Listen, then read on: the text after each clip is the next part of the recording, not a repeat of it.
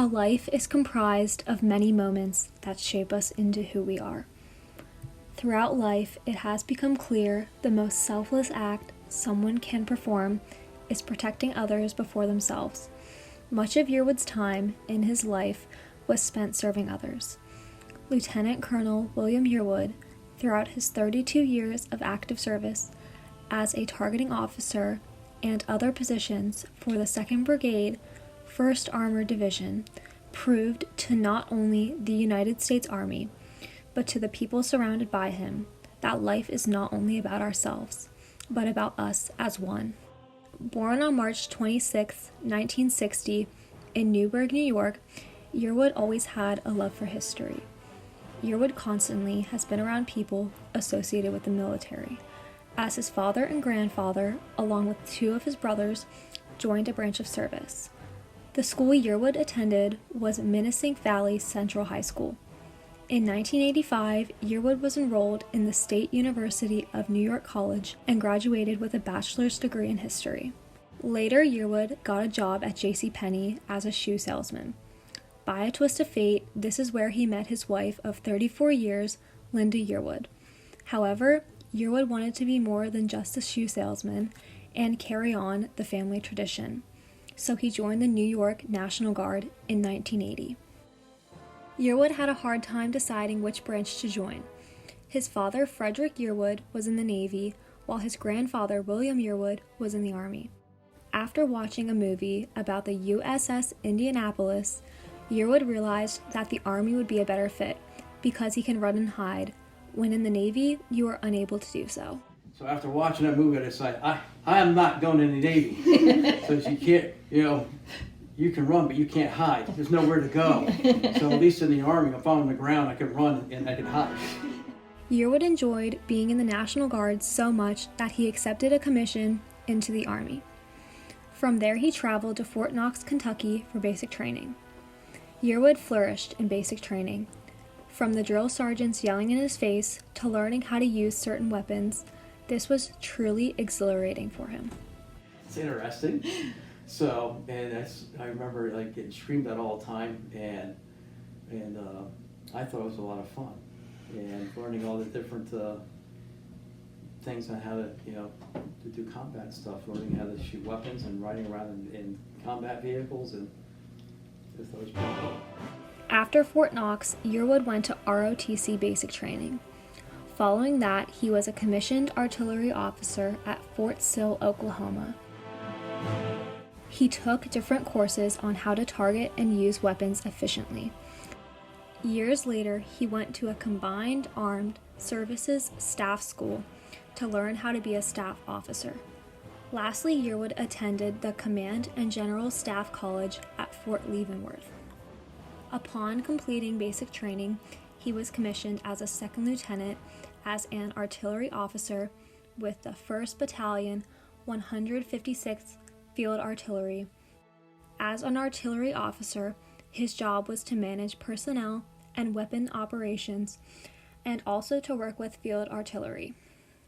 From that point, Yearwood's first active duty tour was in Korea. He served a year in Korea with the 8th Battalion, 8th Field Artillery as part of the 2nd Infantry Division in the defense of South Korea. Camp Stanley, South Korea is where he was stationed. Exercise team spirit is something Yearwood participated in during his time in South Korea.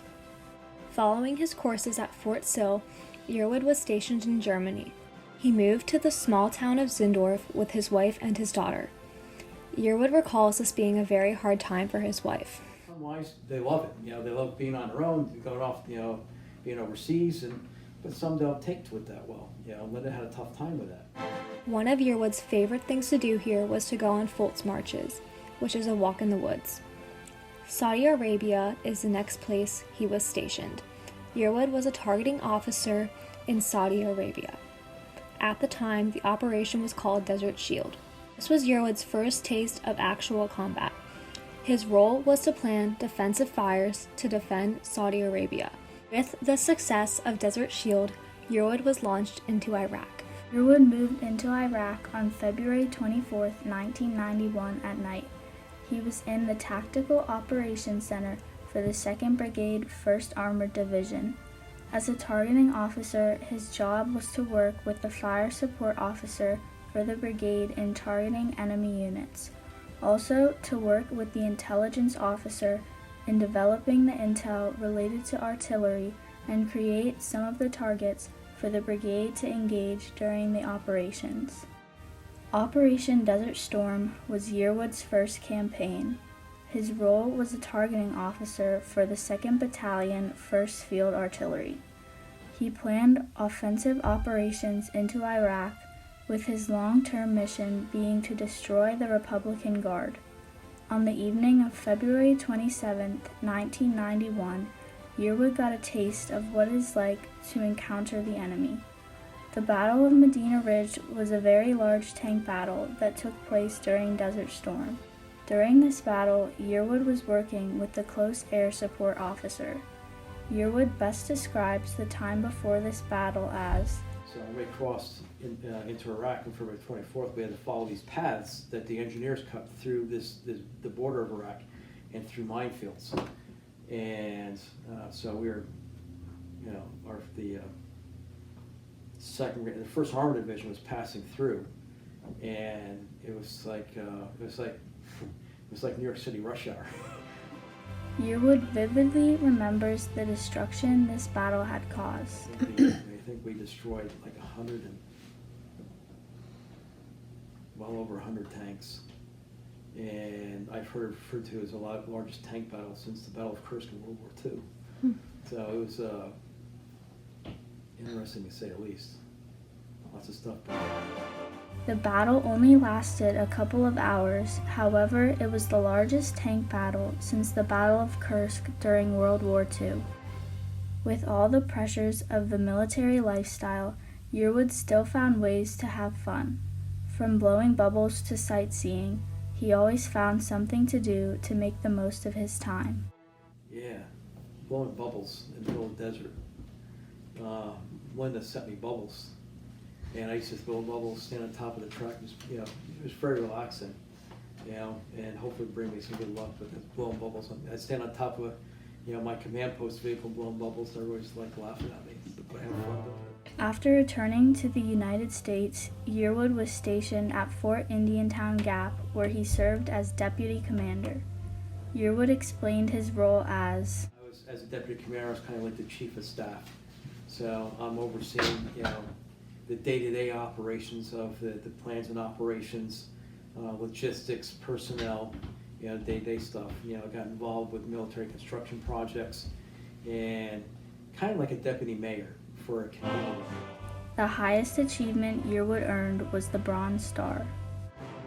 I cherish the most is the Bronze Star for certain actions in combat in Desert Storm and Desert Shield. This medal recognizes military personnel who show acts of heroism in the field or meritorious achievement in a combat zone. Along with that, some categories this medal is awarded for are valor, merit, and achievement. Medals are highly cherished by veterans everywhere. They recognize me, but I see it's recognizing the team, us. So none of these are mine. They're just something we collectively earned. They just gave me a piece of metal. Yearwood retired from the Army in 2012, but his service never really ended. Yearwood currently works for the National Guard Bureau full-time as a civilian. He works with simulators and simulations for the Army National Guard. With over 40 years working for the Army, Yearwood still continues his service proudly. After a life of moving around and not staying put, Yearwood has finally settled down in Myerstown, Pennsylvania with his wife Linda, 3 children, Elizabeth, David, and Melissa, and his 2 grandchildren, Jackson and Evelyn.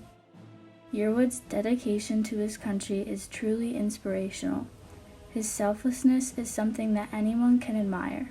How do we take care of each other? So that's what I've gathered all these years. It's about us. It's not about me. It's about us. So that's what I get out of from working with the military and taking that oath to defend the Constitution of the United States, because the preamble says, "We, the people," not we. A life of service is not for the faint of heart. It is with great honor that we had the opportunity to interview Lieutenant Colonel William Yearwood, who throughout his 32 years of service proved time and time again that life is bigger than just us as individuals. He proved this by his service as a targeting officer for the 2nd Brigade, 1st Armored Division for the United States Army. We thank Lieutenant Colonel Yearwood for his service to our country.